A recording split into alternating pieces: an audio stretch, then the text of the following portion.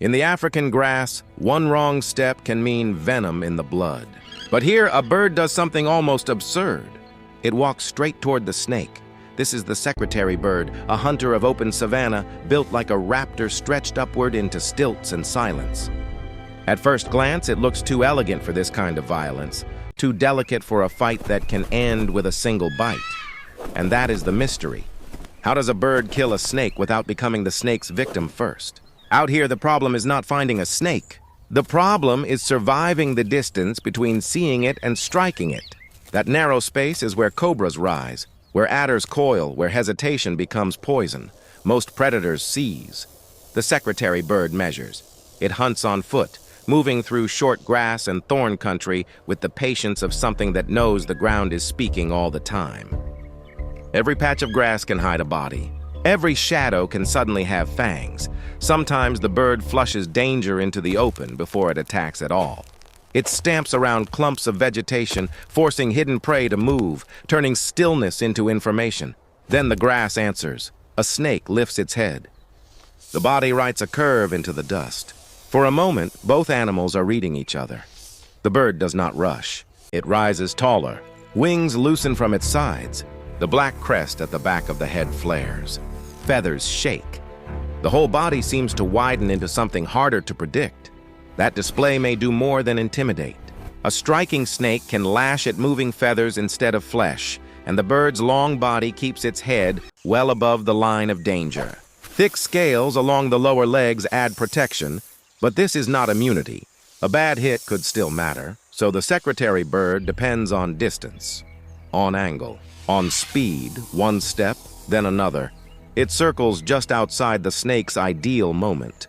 The snake watches the legs. The bird watches the head. Every tick, every movement, every second matters. Then comes the first commitment. Not a wild stomp, not panic. A precise downward strike aimed where the snake is most dangerous and most vulnerable at once. The head, the neck. The point where a fraction of a second changes everything. Scientists studying a trained secretary bird measured average strike forces around 195 newtons, about 5 times the bird's body weight, delivered in contact times of roughly 15 milliseconds. Faster than a blink is not just a phrase here, it is the difference between landing first and being bitten second, and that speed creates another kind of tension. Once the kick begins, there may be little time to correct it mid-strike. The movement appears to depend on visual targeting and pre-planned precision. If the bird misses, it must solve the mistake with the next blow. That is what makes the hunt so severe. This is not brute certainty. It is repeated accuracy under pressure. The snake lunges. Feathers flick. Dust lifts. The bird hops clear and answers with another strike. Then another, each one short, explosive, and brutally economical. The legs are long, but the timing is even longer in the mind. Wait. Read, place, strike.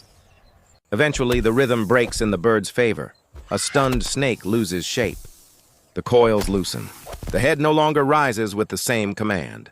Only then does the secretary bird close in fully, using bill and feet to control what, seconds earlier, could still have killed it.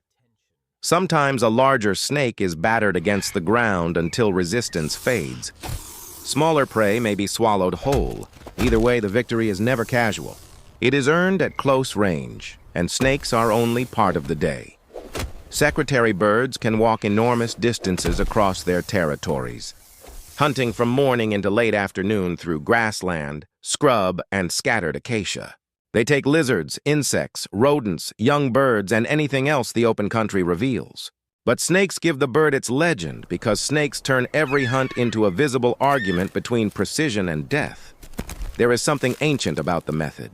A terrestrial raptor tall as a child, stalking through heat shimmer while most birds of prey search from air or branch. It does not dive from above like an eagle. It solves danger at ground level. Young birds must learn this language slowly. They are not born with judgment, only the body that might one day make judgment possible. To hunt a snake is to learn restraint before force, placement before power, and for all its confidence, the secretary bird is not invincible. Its success is built on keeping the fight exactly where it wants it, far enough to survive, close enough to finish. Lose that geometry and the advantage disappears. That may be the strangest part of all. The bird does not defeat venom by overpowering it. It defeats venom by refusing the snake a clean answer. Height helps. Scales help. Feathers help. But the real weapon is timing. In the end, the secretary bird is not a reckless killer of snakes. It is a master of controlled distance, a hunter that turns open ground into a calculation and danger into rhythm. As evening lowers across the savanna, it walks on through the cooling grass as if nothing extraordinary happened. But somewhere behind it, in the dust, lies the proof that elegance can be lethal, and that sometimes survival belongs not to the fastest mouth, but to the surest step.